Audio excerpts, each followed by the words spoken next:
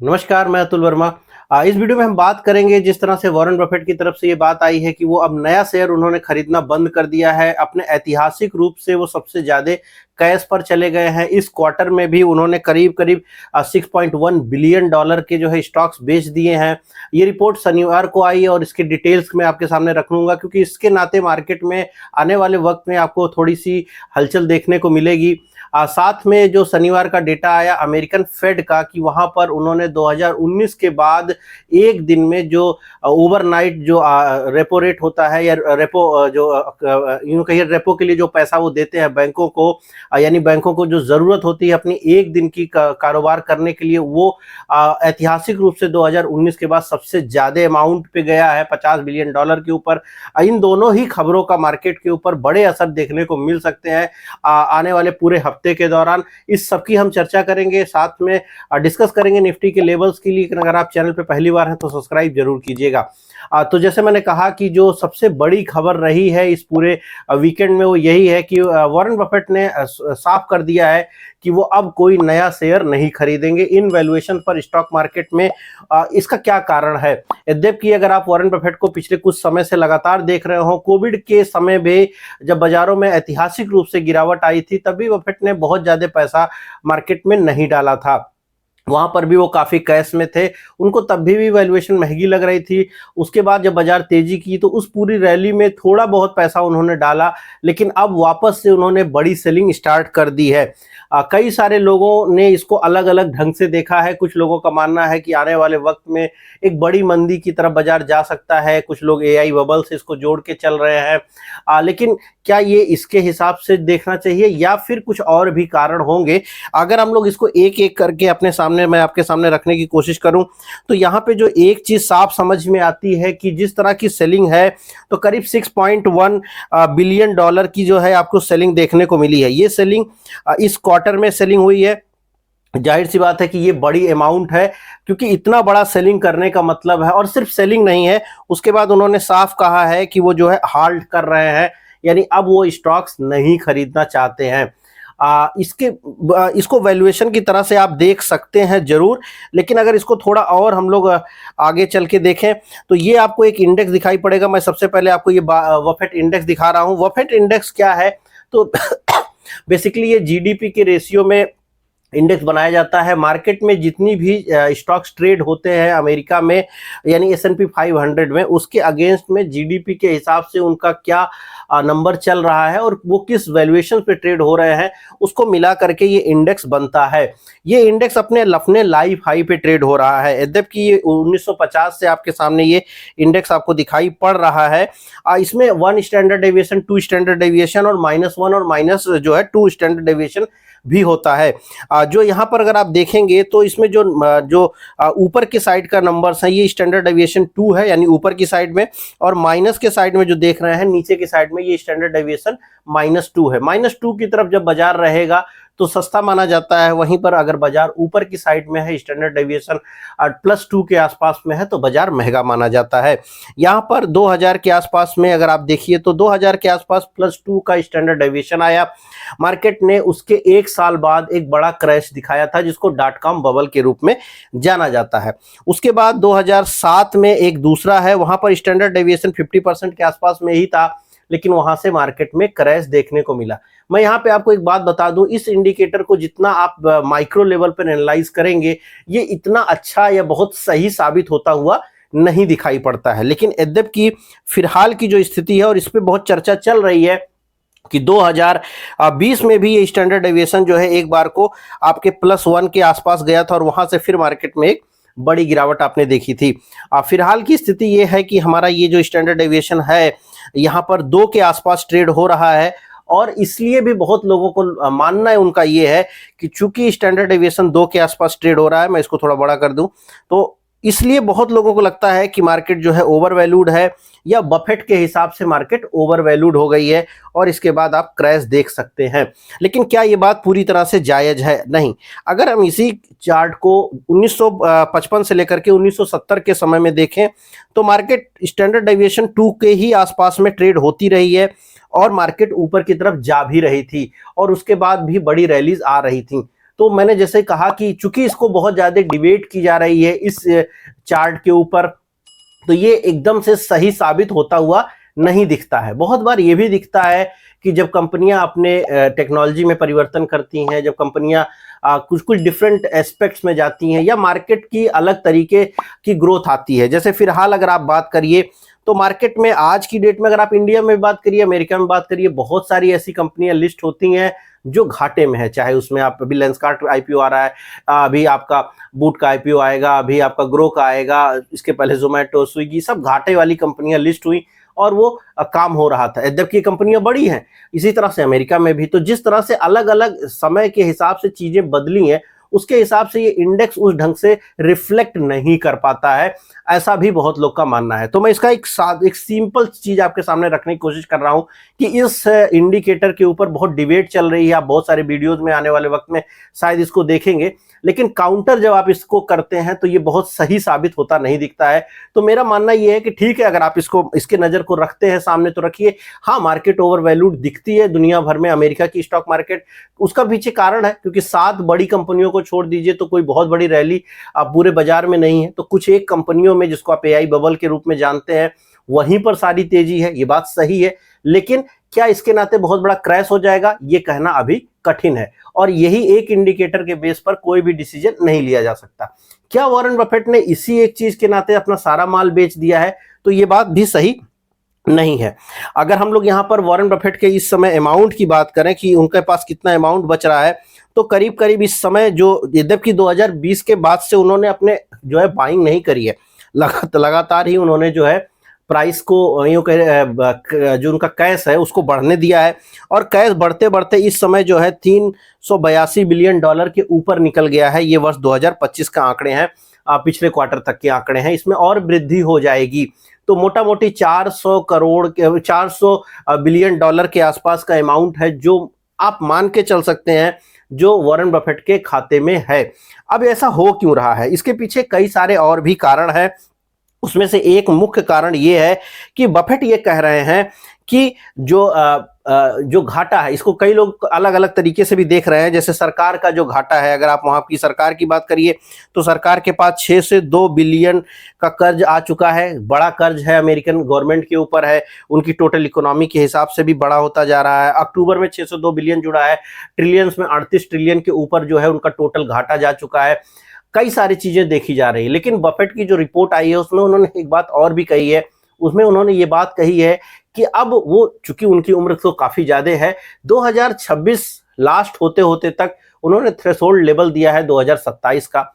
2027 के पहले वो बेर्कशायर हैथवे के सभी चीजों से बाहर चले जाएंगे। सभी चीजों का मतलब किसी भी पोस्ट को वो नहीं अब होल्ड करेंगे, सबको वो छोड़ देंगे। धीरे धीरे करके वो स्टेप डाउन कर भी रहे हैं, लेकिन 2027 तक वो अपने सभी पदों से बाहर चले जाएंगे, यानी फुल फ्लेज रिटायरमेंट वो घोषित कर देंगे।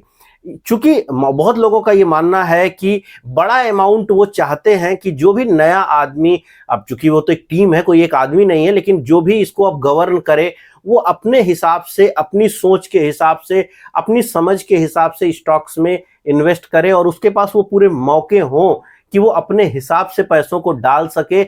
इसलिए एक फ्री होल्ड देने के लिए भी शायद वो स्टॉक्स को बेचते रहे हैं। क्योंकि वर्ष 2020 से, अगर आप इस नंबर को फिर से मैं आपको दिखाऊं, तो वर्ष 2020 से स्टॉक्स मार्केट में तेजी रही है, लेकिन बफेट अपने अमाउंट को बढ़ाते रहे हैं। पिछले 5 साल भी उम्र के उसी पड़ाव पे रहे हैं। वो सीनियर हैं, 90 के ऊपर की उम्र है। धीरे धीरे करके चीजों को कम करना चाहते हैं। मार्केट के चलने या नहीं चलने से उनके कैश में जाने की जो बात है वो पूरी तरह से साबित नहीं होती है। वो ये मान करके कि कोई बहुत बड़ा क्रैश आने वाला है वो माल बेच रहे हो, ये बात थोड़ा सा मुझे नहीं लगता है। मेरे हिसाब से चूंकि 2020 से 2025 तक लगातार पिछले काफी समय उन्होंने इसी तरह का स्थिति दिखाई है, जबकि पैसा जो है वो बाजार से निकालते रहे हैं। ऐसे में ये बात मानना कि वो जो है पैसा इसलिए निकाल रहे हैं कि उनको एक क्रैश दिखाई पड़ रहा है, शायद वो सही नहीं है। लगातार चूंकि वो पैसा निकाल रहे हैं तो ये एक ट्रेंड है। और ये बात काफी हद तक जो इस बात को मानते हैं कि वो आने वाले सक्सेसर को अपना पूरा का पूरा फुल फ्लेज पावर देना चाहते हैं, तो वो शायद ये बात ज्यादा साबित होती हुई दिखती है। यहाँ पर मैंने इंडेक्स आपको दिखाया था, वॉरेन बफेट वाला जो इंडेक्स अभी आपको दिखाया, मैं इसको भी उस तरह से नहीं जोड़ता कि आपको एग्जैक्टली इसके साथ चलना चाहिए, क्योंकि अगर आप इसको एग्जैक्टली जोड़ के चलेंगे, बहुत बार ऐसा हो सकता है कि 2 से 3 साल का समय गुजर जाए और ये इंडेक्स जो है 2 के स्टैंडर्ड डेविएशन पे बना ही रह जाए। क्योंकि अगर ऐसा हो गया जो कि 1955 से लेकर 70 तक हुआ है, उस पीरियड में फिर आप निवेश नहीं कर पाएंगे, जो कि गलत हो जाएगा। मार्केट सस्ती नहीं है, ये बात तो बिल्कुल सही है, लेकिन मार्केट क्या बिल्कुल भी भाग जाने जैसी है? तो शायद ये बात भी सही साबित होती हुई दिखाई नहीं पड़ती है। ओवरऑल बफेट ने जरूर खरीदना बंद किया है। हाँ, निश्चित रूप से मार्केट के ऊपर इसका एक थोड़ा सा सेंटिमेंटल नेगेटिव इंपैक्ट जरूर आएगा। बहुत सारे लोग इसको अलग अलग ढंग से इंटरप्रिटेट भी करेंगे, इसीलिए मैंने पूरी बातें आपके सामने रखने की कोशिश करी है। लेकिन इसको हमें इस तरह देखना चाहिए कि एक व्यक्ति फुल फ्लेज ढंग से अपना पैसा छोड़ के दूसरों को देना चाहता है, जो नए लोग आएंगे वो उस पर काम करें और वो स्टेप डाउन होना चाहते हैं। ये ट्रेंड है 2020 से लेकर 2025 के बीच में, और इसको बहुत ज्यादा इस तरह से नहीं देखना चाहिए कि कोई शेयर नहीं खरीदने का अर्थ है कि बहुत बड़ी मंदी आ जाएगी। तो जब तक आपके लिए ये बात उस तरह से लीजिए कि हाँ, एक हो सकता है कि थोड़ा मार्केट इस खबर के नाते मंडे ट्यूसडे थोड़ा गिर जाए, थोड़ा सेंटिमेंटल डाउन दिखाई पड़े, लेकिन उससे एज ए निवेशक आपको डरने घबराने की जरूरत नहीं होनी चाहिए। अब अगर हम लोग दो सेकंड खबर है उसके ऊपर आए, तो फेडरल रिजर्व ने जो है यहाँ पर 50.38 बिलियन डॉलर जो है इंजेक्ट कर दिया है पैसा मार्केट में।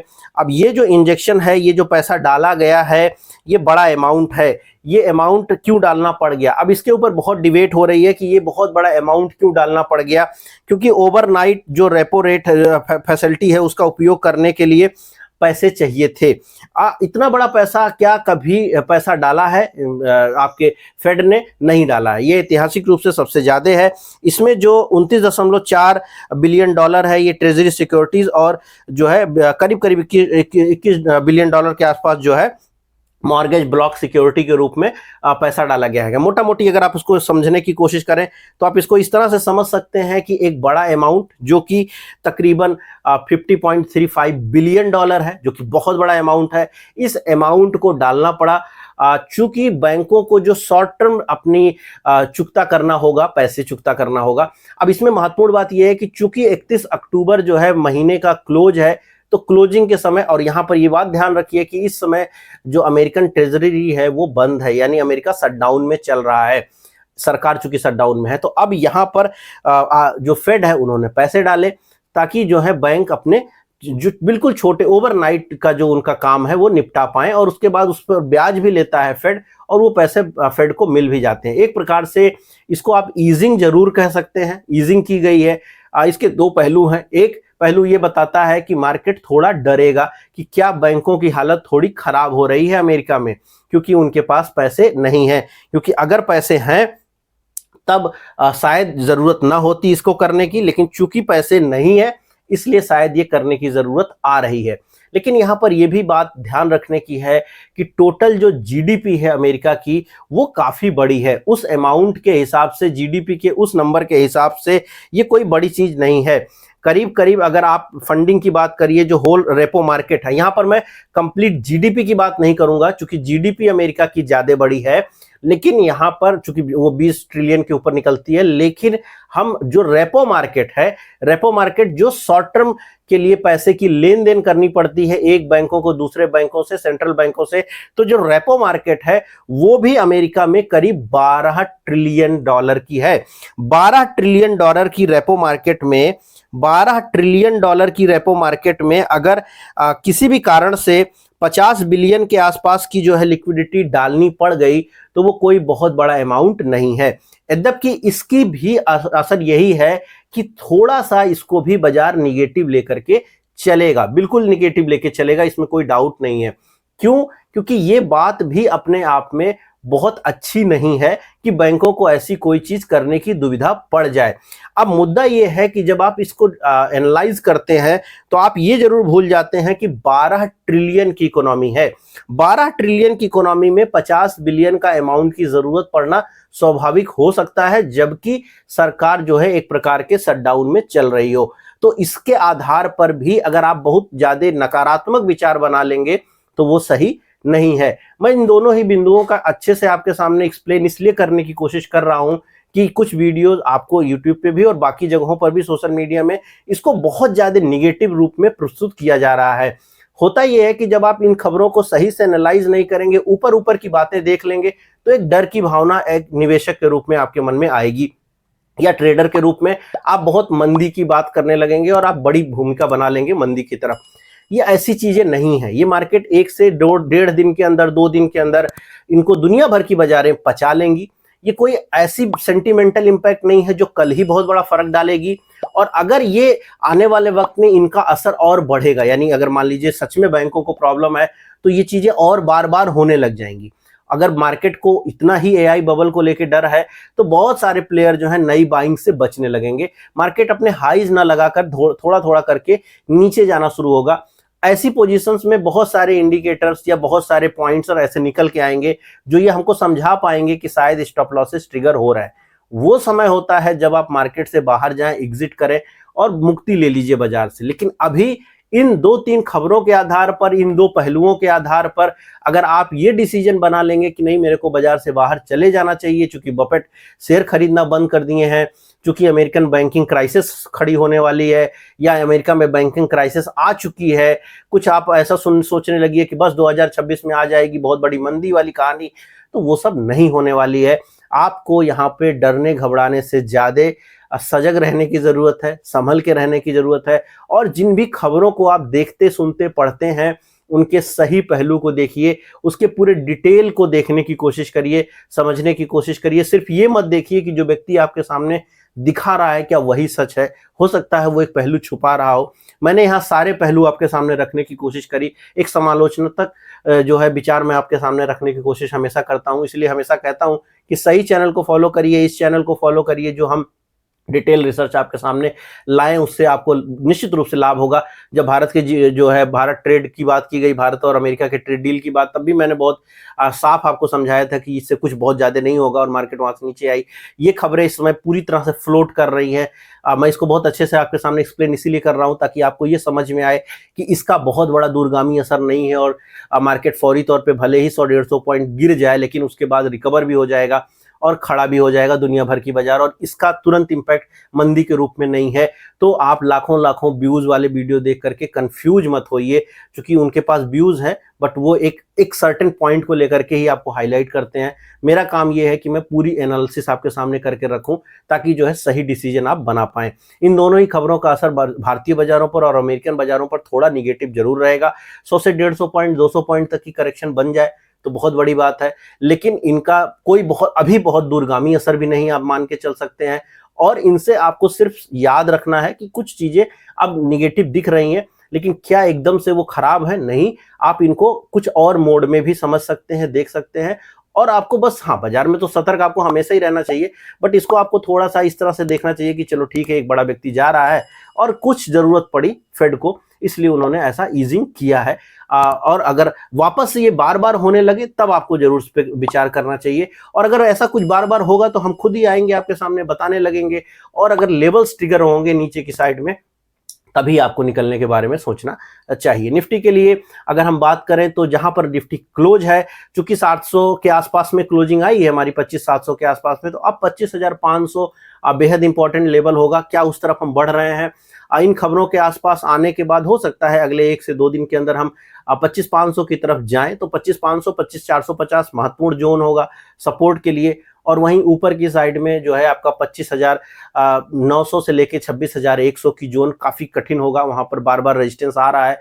तो 26,100 जब तक निकलता नहीं तब तक सुपर बुलिश नहीं हो सकते, और जब तक नीचे की साइड में आपका 25,450 ब्रेक नहीं होता तब तक आप सुपर बेरिश नहीं हो सकते हैं। अल्टीमेटली मार्केट इन्हीं दायरों के बीच में कारोबार करता हुआ दिखाई पड़ सकता है, कल भी, परसों भी, और उसके बाद बीचों के बीच में एक दिन की छुट्टी भी है, तो मार्केट थोड़ा जो है कम ट्रेड के मोड में भी रहेगा। ये बात भी आपको ध्यान रखनी है। बाकी बिहार के चुनाव हैं तो उसके हिसाब से भी मार्केट अपने आप को पेसअप करेगा अगले वीक में, और वो सारी घटनाएं जो होंगी निश्चित रूप से भारतीय बाजारों को प्रभावित करती रहेंगी।